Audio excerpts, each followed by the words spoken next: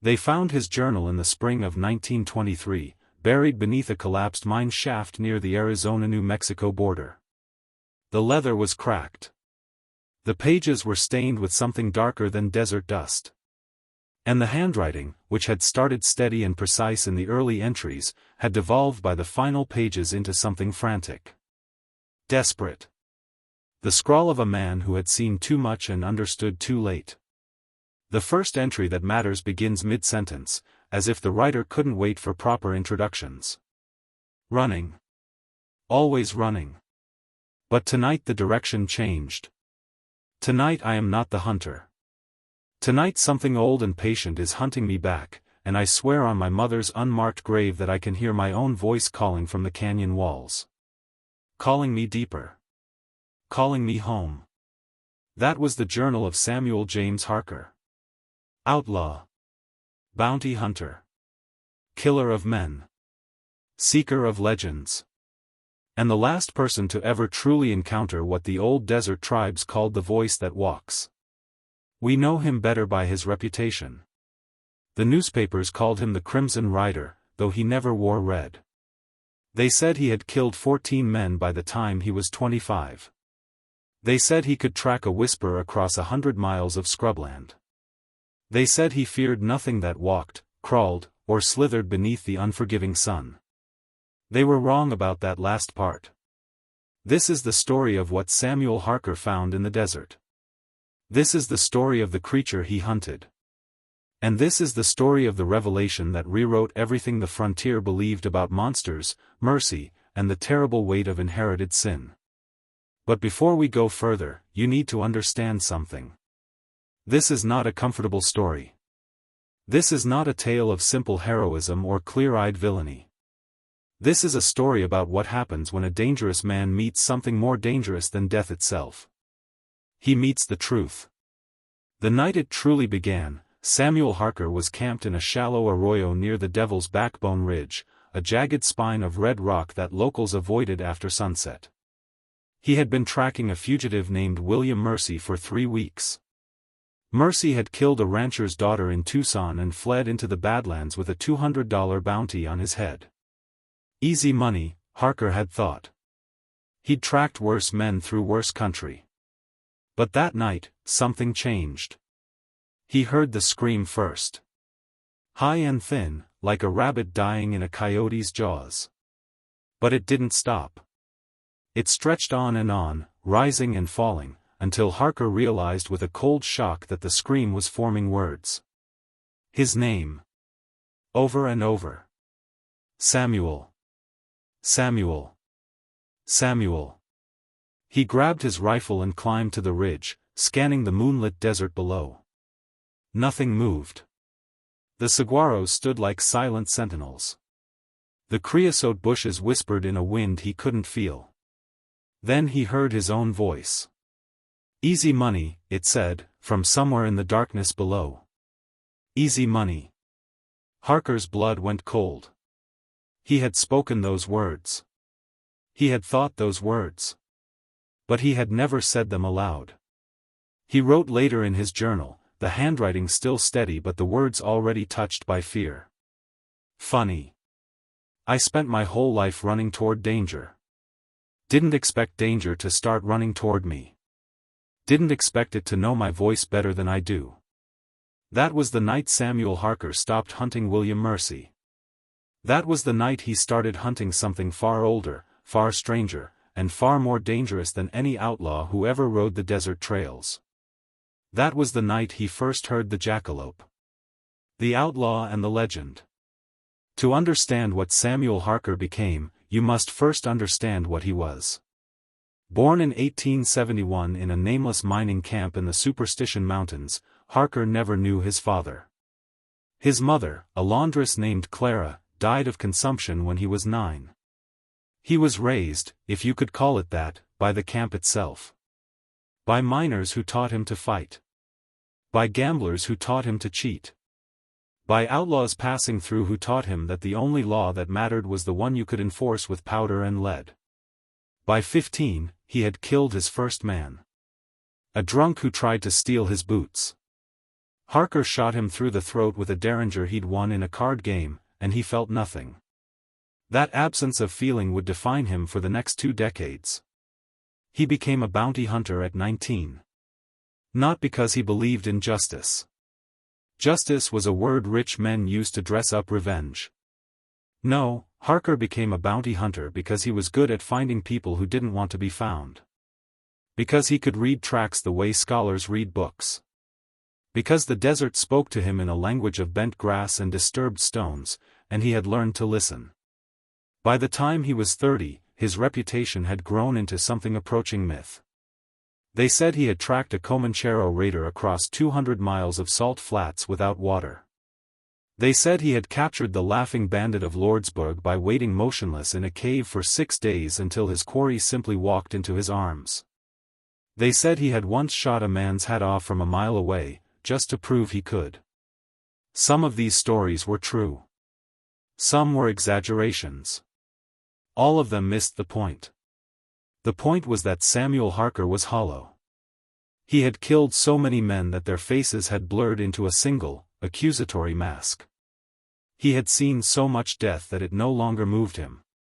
He had walked so far into the darkness that he had forgotten what light felt like. But he kept walking.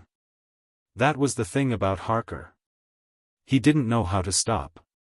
And then, in the autumn of 1909, a man named Cornelius Webb walked into a saloon in Tombstone and changed everything. Webb was old. 70 at least, with skin like cracked leather and eyes that had seen too much. He wore the clothes of a prospector, but his hands were too soft for mining. His voice was too educated for the frontier. He found Harker at the bar, nursing a whiskey he didn't really want, and he sat down without asking permission. "I hear you hunt legends," Webb said. Harker didn't look at him. "I hunt men. Men with prices on their heads." And if the legend had a price? That made Harker turn. In his experience, people who offered bounties on legends were either mad, desperate, or hiding something valuable. All 3 possibilities interested him. "I'm listening," he said. Webb leaned closer. His breath smelled of sage and something older. Something that reminded Harker of the deep desert, of places where the sun never quite reached. "Have you ever heard of the Jackalope?" Harker almost laughed. Almost. The Jackalope was a joke. A tall tale told to gullible Easterners. A jackrabbit with antlers, mounted by taxidermists with too much time and too little sense. "You're paying me to hunt a stuffed rabbit," Harker said. "I think I'll finish my drink first." But Webb didn't smile. His eyes, Harker noticed, were not the eyes of a madman. They were the eyes of a man who had seen something that had broken the world he thought he knew. "The jackalope is real," Webb said quietly. "And it is not what the stories say. It is older than the stories. Older than the people who tell them. And it guards something in the deep desert. Something that should never be found. Then why are you trying to find it?" Webb was silent for a long moment. When he spoke again, his voice had changed. It was softer. More fragile. "Because it has my daughter's voice," he said. "It has been calling to me from the canyons for 15 years, in my dead daughter's voice, and I need to know why." Harker studied the old man. He had heard a lot of desperate stories in a lot of desperate saloons. This one was different. This one had the weight of truth behind it. "How much?" Harker asked. $5,000. Half now, half when you bring me proof." $5,000 was more money than Harker had seen in his entire life. It was enough to disappear. Enough to become someone else. Enough to finally stop walking into the darkness. He should have known that offers like that always came with costs the money couldn't cover. "Tell me about the jackalope," he said. And Cornelius Webb began to speak. The jackalope, Webb explained, was not a simple creature. It was not even a creature in the way Harker understood the word. The native tribes of the region, the ones who had lived in the desert long before Spanish boots touched American soil, had called it by many names. The voice that walks. The echo of sorrows. The small one who carries the dead. They did not hunt it. They did not fear it. They revered it. According to the oldest stories, the jackalope was a guardian. A keeper of boundaries. It lived in the spaces between the world of the living and somewhere else, somewhere the tribes would not name directly. And it had a gift that was also a curse. It could hold voices. Not imitate them. Not mimic them. Hold them. The voices of the dead, the dying, the lost. The jackalope absorbed them like a sponge absorbs water, and it carried them across the desert, releasing them in canyon echoes and midnight whispers. The tribes believed this was sacred work. They believed the jackalope helped the dead find peace by letting their voices be heard one last time. But there was another side to the legend. A darker side. Some stories said the jackalope didn't just carry voices. It carried memories. Secrets. The last thoughts of dying men, preserved like insects in amber. And if you caught a jackalope, if you somehow trapped this small, gentle, ancient thing, it would have to release everything it held. Every voice. Every secret. Every memory. Including, perhaps, things better left forgotten. Cornelius Webb's daughter, Margaret, had died in the desert 15 years ago. A fever, they said. She had wandered away from the family's ranch in her delirium and was never seen again. Her body was never found. But her voice had been heard. Webb had heard it himself, calling from the canyons east of his ranch. Calling his name. Calling for help. Calling, sometimes, in words that made no sense. Words that sounded like warnings. He had searched for years. He had hired trackers, paid medicine men, consulted scholars who studied native folklore. And slowly, piece by piece, he had assembled a theory. The jackalope had his daughter's voice. The jackalope was real. And somewhere in the deep desert, in a place the old maps marked only with symbols of warning, the creature was waiting. "I'm too old to find it myself," Webb told Harker. "But you can track anything. They say you can follow a ghost across granite." "They say a lot of things," Harker replied. But he was interested. Not in the money, though the money didn't hurt. Not in the legend, though the legend intrigued him. He was interested because Cornelius Webb's story had touched something buried deep in Samuel Harker's hollow chest. Something he thought had died long ago. Curiosity. Wonder. The faint, almost forgotten sense that the world might be stranger and more meaningful than the blood-soaked trail he had walked for 30 years. "I'll find your jackalope," Harker said. "But I'm warning you now. I don't believe in sacred things. I don't believe in boundaries that shouldn't be crossed. And if this creature exists, I will catch it." Webb's eyes flickered with something that might have been fear. "That," he said softly, "is exactly what I'm afraid of." The first signs. Samuel Harker rode east from Tombstone on a gray morning in late October. The sky was the color of old bone, and the wind carried the smell of rain that would never fall. He had Webb's money in his saddlebag and Webb's map in his pocket. The map was old, hand-drawn on paper that crumbled at the edges. It showed a region of the desert that Harker knew only by reputation. A maze of canyons and mesas between the Chiricahua Mountains and the Mexican border. A place the Apache had called the Dreaming Lands. A place where, according to the map, something waited. The first 3 days were uneventful. Harker rode through country he recognized, tracking the fading trails of old cattle drives and older wars. He saw no one. The ranches he passed were abandoned, their windows dark, their corrals empty. This was not unusual. The deep desert was emptying. The water was running out. The old ways were dying. But on the 4th day, things changed. He found the first tracks near a dry wash called Bitter Creek. They were small. Delicate. The prints of a rabbit, but not quite. The stride was too long. The impression was too deep, as if the creature weighed far more than its size suggested. And there were no matching prints. No evidence that the creature had come from anywhere or gone anywhere. The track simply appeared in the middle of the wash, as if the animal had materialized from nothing. Harker knelt in the dust, studying the prints. In 30 years of tracking, he had never seen anything like them. Well, he muttered to himself, either I'm losing my mind, or this rabbit has learned to fly. He made a note in his journal. Then he followed the tracks east, into the maze of canyons that the map marked with a single word, silencio. Silence. The canyons lived up to their name.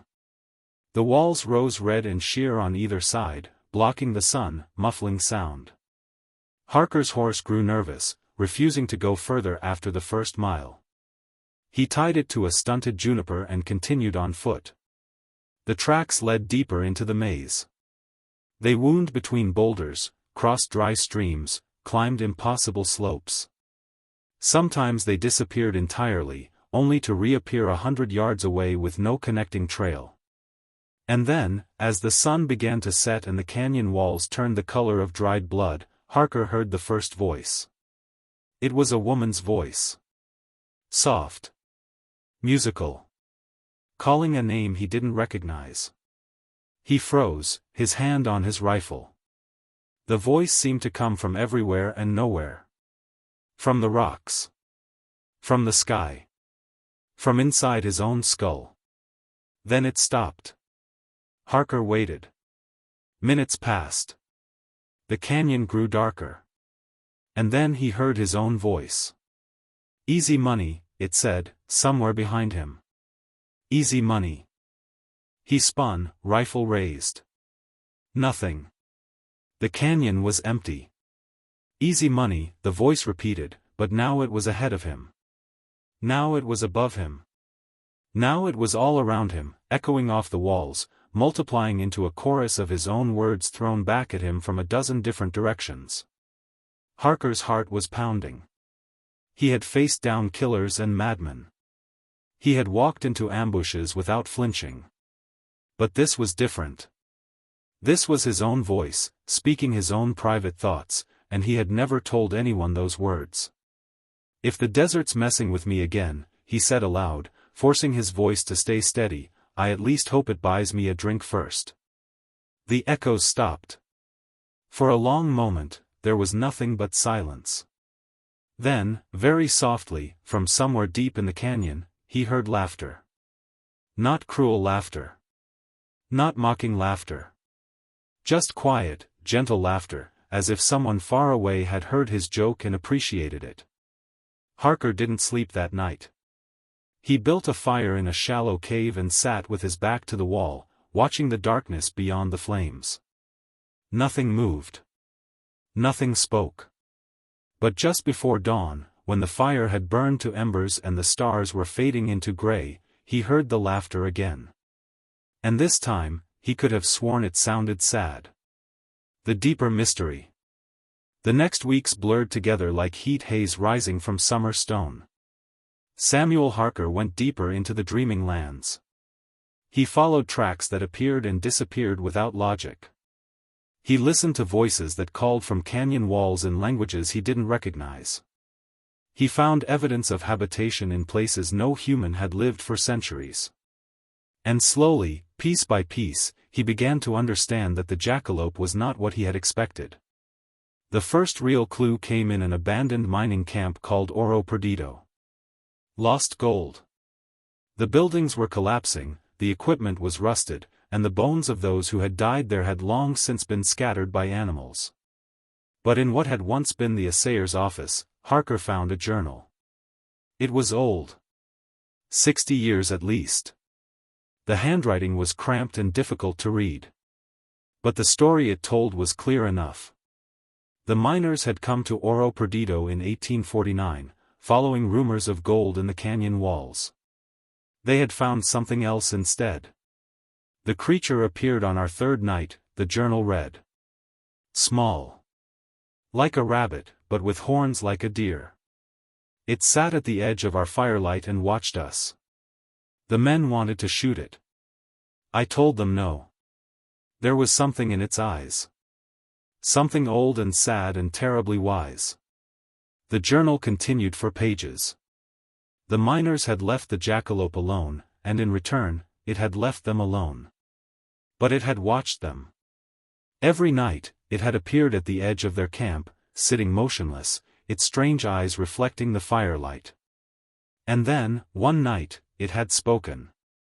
Not its own voice, the journal noted. The voice of my brother, dead these 10 years. It said my name.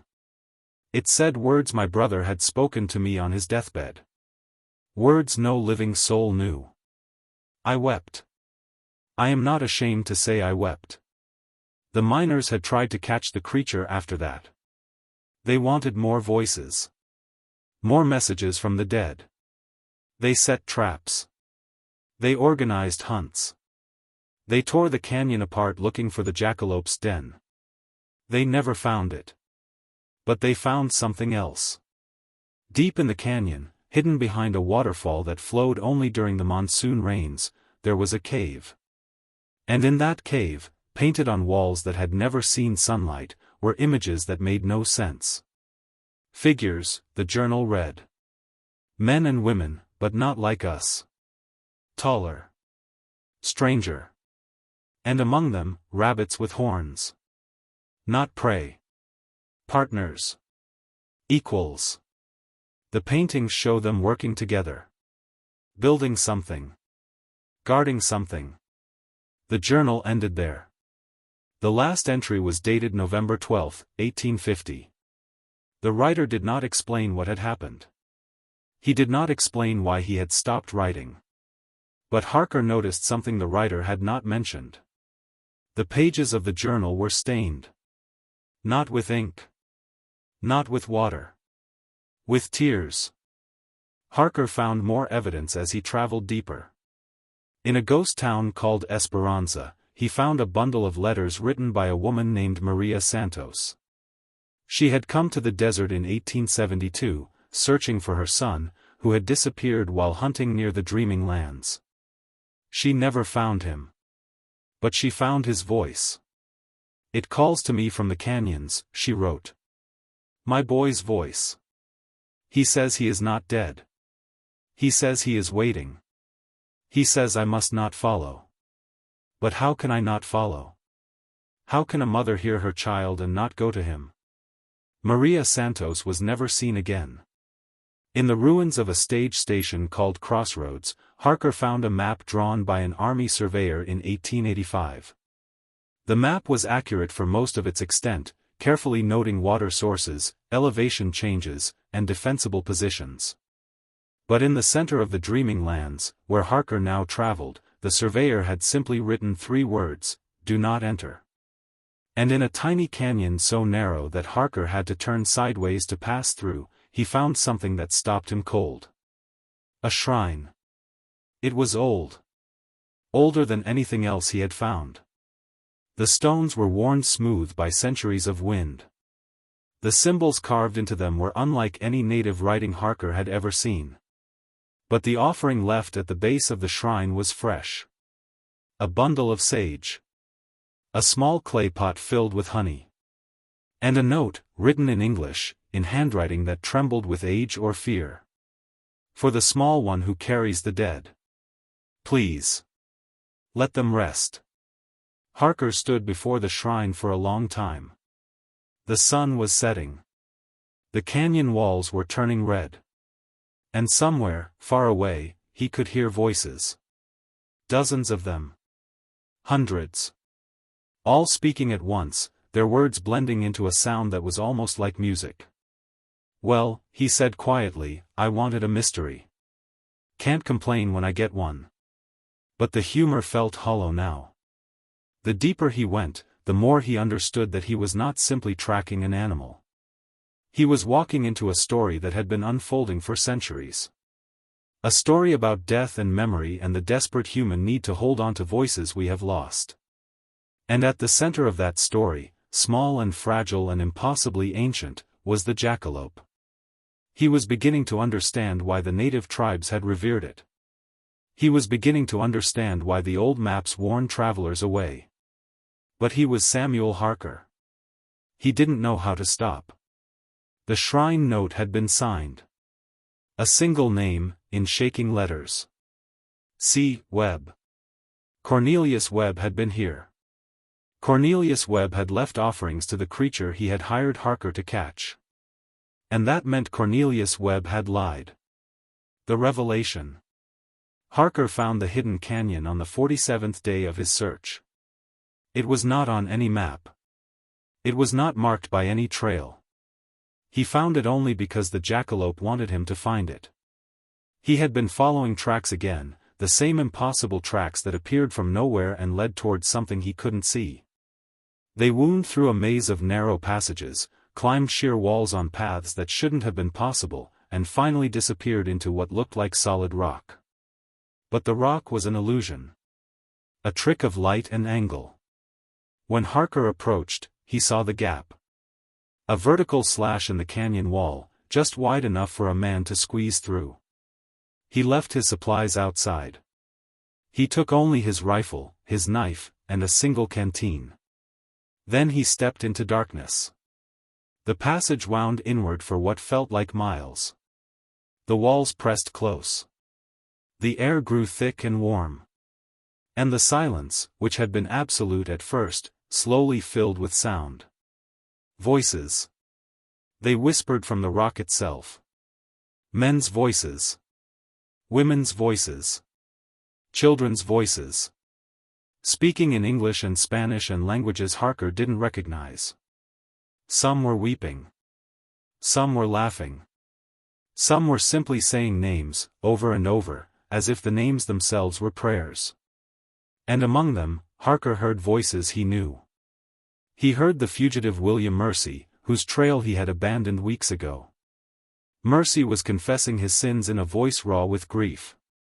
He heard Cornelius Webb's daughter Margaret, calling for her father, asking why he hadn't come, asking if he remembered the song she used to sing. He heard his mother, Clara Harker, dead these 40 years, speaking the last words she had ever said to him. "Be good, Samuel. Try to be good." Harker stopped. His eyes were burning. His chest felt like it had been crushed by stones. He had told himself he was hollow.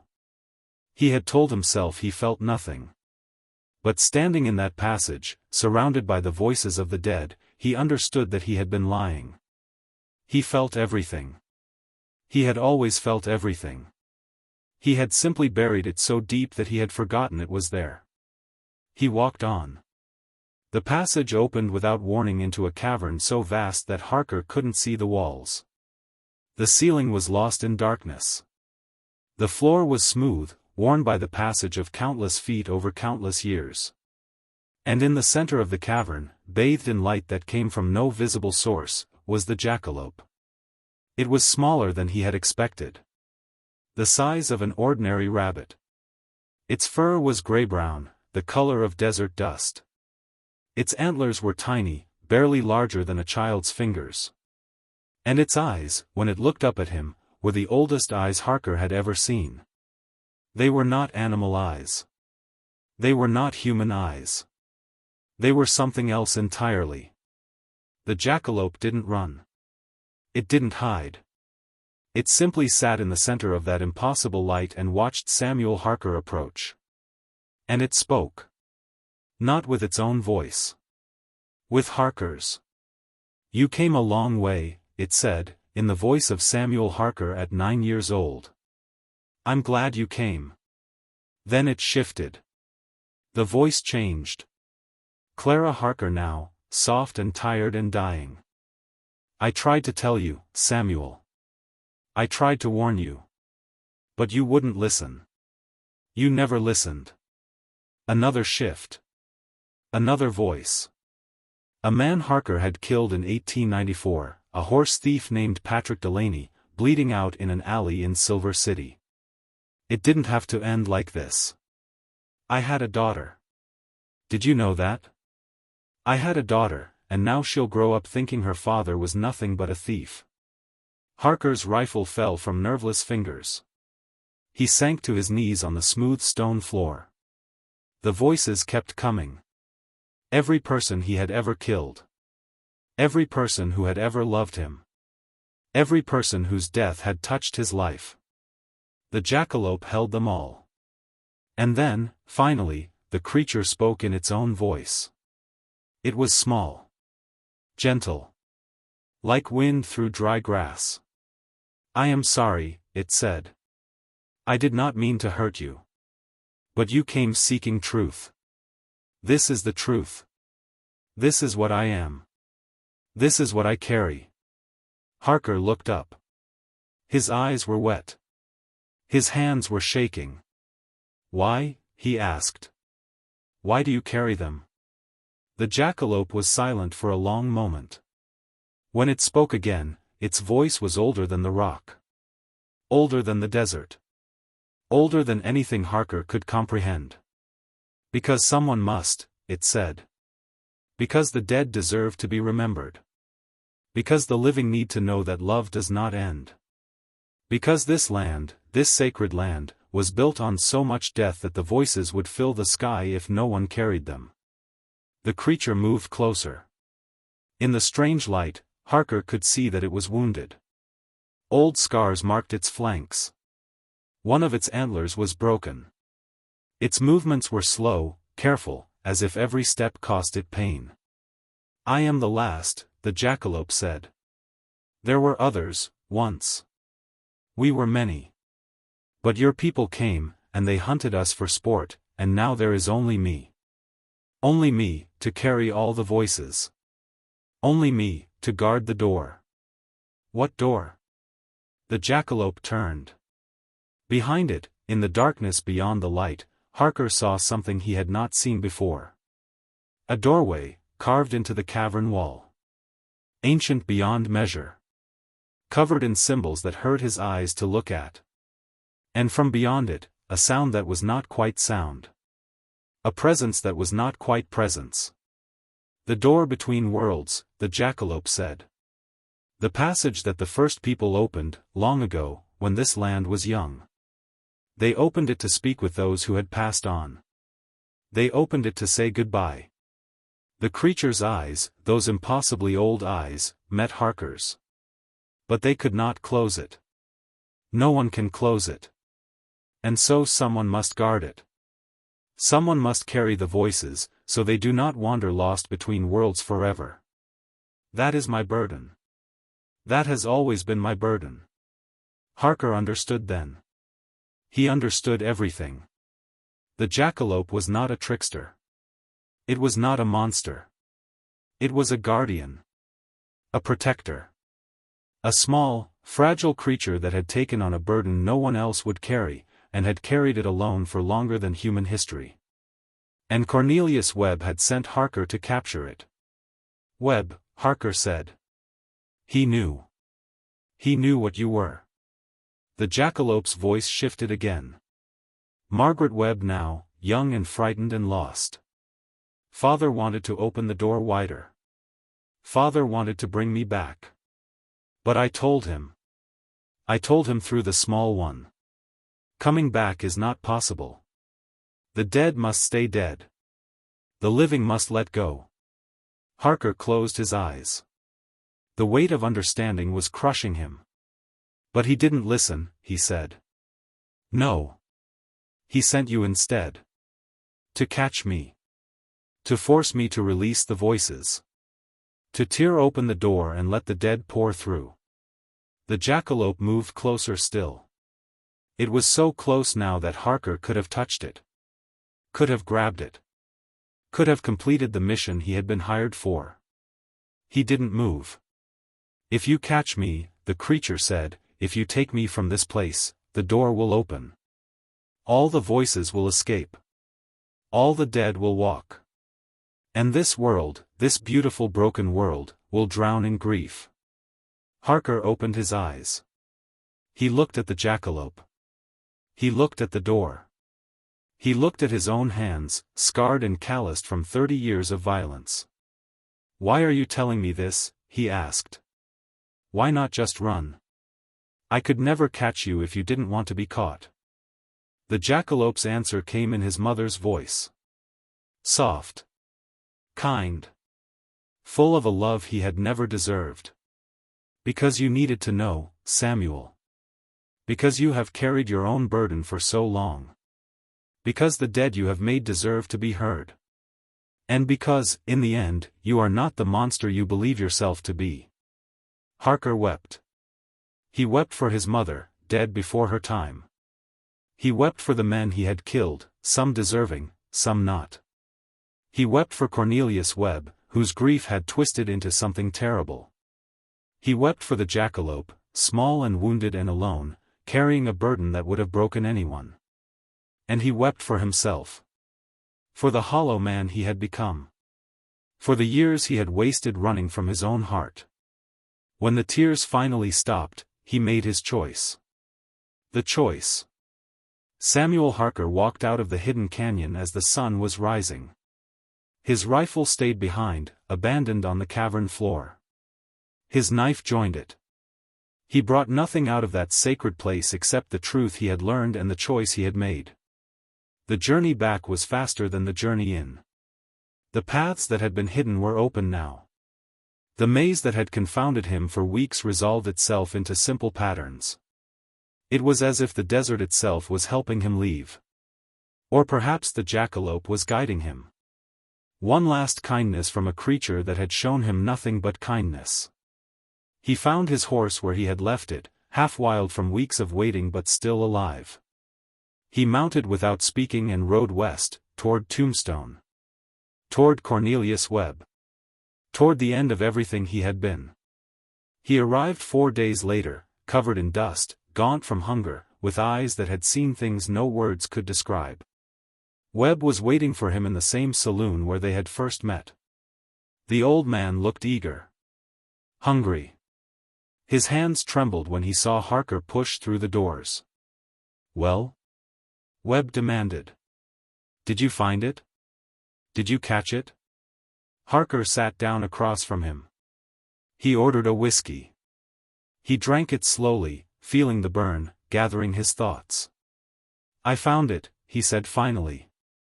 Webb leaned forward. His eyes were bright with desperate hope. "And?" Harker looked at him. Really looked. And he saw, beneath the grief and the madness and the years of obsession, a father who had lost his child. A man who had spent 15 years listening to his daughter's voice calling from the canyons and had never been able to answer. He understood that grief. He carried his own version of it. But understanding did not mean acceptance. "And I'm not going to help you," Harker said. Webb's face went pale.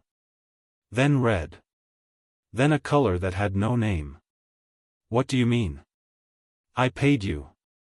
I paid you $5,000 to catch a creature that's been protecting this world since before your ancestors set foot on this continent." Harker's voice was calm. Steady. "To tear open a door that should never be opened. To drown the living in the grief of the dead." He reached into his pocket and pulled out the money Webb had given him. He placed it on the table between them. "I'm not a good man, Webb. I've done things that would turn your hair white. But I'm not going to do this. Your daughter is dead. She's been dead for 15 years. And no amount of grief, no amount of money, no amount of tearing apart the sacred places of this land is going to bring her back." Webb stared at him. His mouth opened and closed. No sound came out. "The jackalope carries her voice," Harker continued. "It carries the voices of everyone we've ever lost. It's been carrying them alone, for longer than we can imagine, and it's tired. It's wounded. It's the last of its kind, and it's still doing its duty. Can you say the same?" Silence. Then, very slowly, Cornelius Webb began to cry. Not the dramatic weeping of a man performing grief. The quiet, helpless tears of a man finally confronting a truth he had spent 15 years denying. Harker stood up. He put a hand on Webb's shoulder. Just for a moment. Let her go, he said. Let Margaret rest. The jackalope will keep her voice safe. It will keep all of them safe. That's what it does. That's what it's always done. Webb looked up at him with red-rimmed eyes. But I can hear her. Every night. Calling me. She's not calling you to follow her, Harker said gently. She's calling to remind you that she existed. That she loved you. That love doesn't end just because someone stops breathing. He walked toward the door. Then he paused, turning back one last time. The creature asked me to tell you something. In Margaret's voice. Webb's breath caught. What? She said, Father, I forgive you. Please forgive yourself. And please let the small one rest. He left Cornelius Webb weeping at a table in a Tombstone saloon, surrounded by money he no longer wanted and a grief he was finally ready to release. Outside, the desert wind was blowing. It carried the smell of sage and creosote and the faint, almost imperceptible scent of rain somewhere over the mountains. Harker mounted his horse and rode east. Not toward the dreaming lands.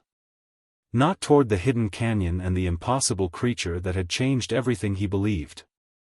Just east. Toward the sunrise. Toward whatever came next.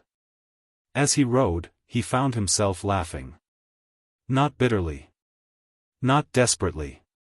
Just a quiet chuckle at the absurdity of his own existence. Never thought a rabbit would teach me how to be human again, he said to no one. But I suppose that's the desert for you. Full of surprises. The horse snorted, unimpressed by philosophy. Harker kept riding. The epilogue. They say Samuel Harker died in 1923. His body was never found, but his journal was discovered in a collapsed mine shaft near the Arizona-New Mexico border. The final entries were frantic, almost illegible, describing things that no rational mind could accept. But there were other entries too. Earlier ones. Written in the steady hand of a man who had found something like peace. I don't hunt anymore, one entry reads. Not men. Not legends. Not even rabbits. I spend my days walking the desert, listening to the voices in the canyons. Sometimes I hear my mother. Sometimes I hear the men I killed. Sometimes I hear a soft, gentle laugh, like wind through dry grass, and I know the small one is nearby. Another entry, dated 3 years after his encounter with the jackalope, Webb is dead. Heart attack, they say. But I think he simply stopped fighting. The last letter he sent me said he had finally heard Margaret's voice one final time. She told him to come home. I hope he found what he was looking for. And a final entry, written in what must have been the last days of Samuel Harker's life, the door is still guarded. The voices are still carried. The small one endures. That is enough. That has to be enough. We cannot undo the harm our ancestors caused. We can only choose not to cause more. The journal ends there. But the story does not. In the years that followed, travelers in the dreaming lands reported strange encounters. A gray rabbit with tiny antlers, sitting motionless in the moonlight, watching them with eyes that held no fear. Voices calling from canyon walls in languages no one recognized. And sometimes, late at night, the sound of a man's laughter echoing off the red rocks. The locals developed a tradition. When someone died, their families would travel to the edge of the forbidden canyons and leave offerings at a small stone shrine. Sage, honey, and a whispered message for their departed loved one. They said the jackalope would carry the message. They said the dead would hear. They said a man named Harker had taught them this tradition, long ago, before he disappeared into the desert and never came back. Some people believe Samuel Harker found another way into the hidden canyon. They believe he is there still, helping the jackalope carry its burden. Sharing the weight that one small creature had borne alone for so long. Others believe he simply died, as all men die, and that his voice now echoes among the others in that impossible cavern beneath the earth. But there is a third story. A stranger story. A story told only in whispers, by those who claim to have seen things that should not be seen. They say that on certain nights, when the moon is full and the desert is silent, you can see two figures walking the ridge of the devil's backbone. One is tall, wearing the dusty clothes of an old-time bounty hunter. The other is small, no bigger than a rabbit, but it moves with the grace of something ancient and sacred. They walk together, these two figures, following paths that only they can see. And if you listen carefully, you can hear them talking. Not in words. Not in any language the living understand. In something older. Something deeper. Something that sounds almost like music. The outlaw and the jackalope. The hunter and the guardian. Two broken creatures who found each other in the wilderness and discovered that some burdens are lighter when shared. This is the truth behind the legend. This is the story they don't tell in the saloons of Tombstone. This is the forbidden tale of what really happened in the dreaming lands, where the desert keeps its secrets and the dead are never truly silent. Whether you believe it is your choice. But the next time you find yourself in the deep desert, when the sun has set and the stars have risen and the wind carries voices you almost recognize, remember this. Not all monsters are what they seem. Not all hunters are villains. And not all legends end the way you expect. Sometimes the fiercest outlaw and the smallest creature find redemption in each other. Sometimes the thing you hunt turns out to be the thing that saves you. And sometimes, just sometimes, the desert gives back more than it takes. Listen to the canyons. The voices are still there. They are waiting to be heard. Found artifacts. Artifact 1, recovered audio transcript. Location, abandoned trading post, Highway 80, Arizona. Date of recovery, March 1987. Recording device, Edison wax cylinder, severely degraded. Static. Testing. This is Samuel Harker, speaking for whoever finds this. The date is November 4, 1922. I am recording this because I fear I will not live much longer, and the truth must survive. Static. The jackalope is real. I have seen it. I have spoken with it. I have been changed by it. Everything we believed about this creature was wrong. It is not a trickster. It is not a demon. It is a guardian. Perhaps the last guardian of something precious beyond measure. Long pause. I spent my whole life taking lives. I told myself it was justice. It was never justice. It was violence dressed in excuse. The jackalope showed me that. It showed me the faces of everyone I had ever, it showed me everything. Sound of wind. If you're listening to this, I have one request. One plea from a dying man. Do not hunt the jackalope. Do not seek the hidden canyon. Do not try to open the door between worlds. Some things are sacred. Some things must be protected. And some of us, even the worst of us, can still choose to protect them. Static. My name was Samuel James Harker. I was a killer. I was a monster. But in the end, a rabbit with antlers taught me that it's never too late to become something else. Recording ends. Artifact 2, hand-drawn map. Found in the personal effects of Cornelius Webb, deceased 1912 origin, unknown, possibly Native American with later English annotations. The map shows a region of canyons and mesas. Various landmarks are labeled in both an unfamiliar script and English. Key notations include: water source, safe, old mining camp, abandoned, do not proceed beyond this point, the dreaming lands begin here. In the center of the map, in a different hand, a single word. Silencio. And below it, in Cornelius Webb's handwriting: Margaret, I will find you. I will bring you home. God forgive me for what I must do. A later edition, in Samuel Harker's handwriting. He never did. She was never lost. We were. Artifact 3, final page of Samuel Harker's journal. Recovered, May 1923. Condition, water damaged, partially illegible. The small one came to me last night.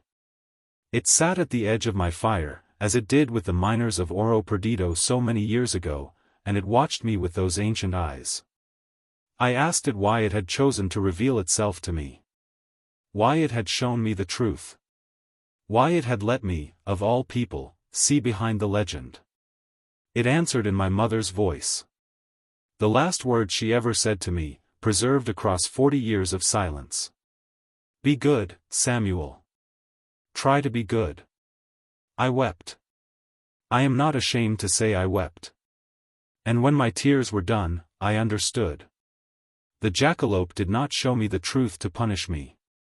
It showed me because it believed I could change. Because it believed that even the most hollow man, the most hardened killer, the most lost soul, carries within him the seed of something better. It believed in me when I had stopped believing in myself. Tomorrow I will go back to the hidden canyon. Not to capture the creature. Not to open the forbidden door. But to offer what help I can. The jackalope has carried its burden alone for too long. Perhaps a man who has caused so much death can learn to carry some of that weight. Perhaps that is my penance. Perhaps that is my redemption. Or perhaps I am simply tired of running from the person I might have been. Either way, I am going. If these are my final words, let them be this. The monsters of this world are not always what they seem. Some monsters are small and gentle and carry the voices of the dead out of love. And some monsters are men who forgot, for a little while, that they knew how to love at all. Be good.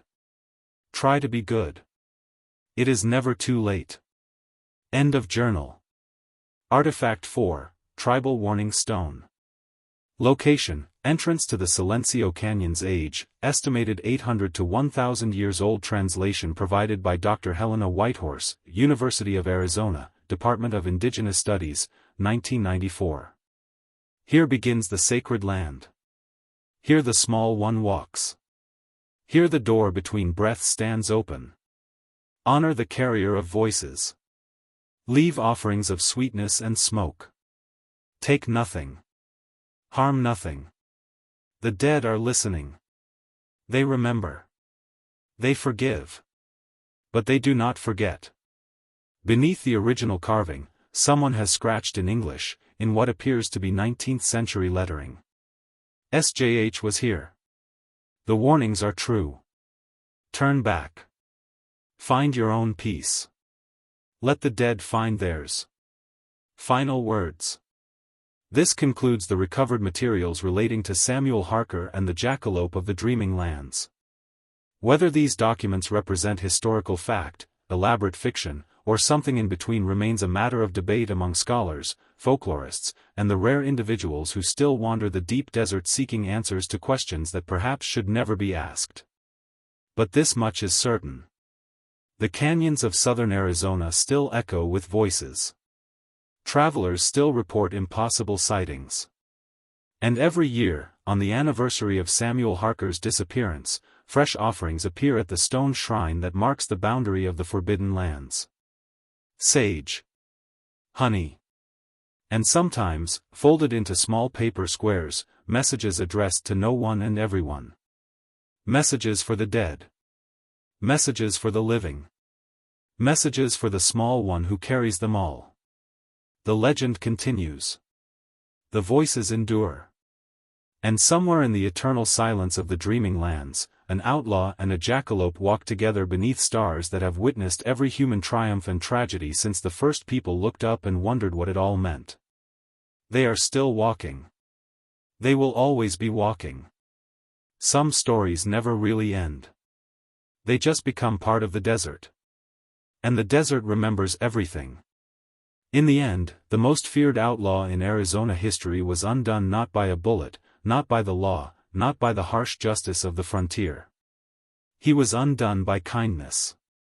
By the gentle eyes of a creature he had come to destroy. By the revelation that the voices of the dead are not curses to be silenced, but gifts to be cherished. And in his undoing, he found something he had never expected to find. He found his humanity. He found his purpose. He found his peace. The desert took Samuel Harker. But perhaps, in the end, it gave him back something greater. It gave him back himself. Dr. Eleanor Vance, Folklore and Fact, The Legend of the Crimson Rider, University of New Mexico Press, 2019. The end.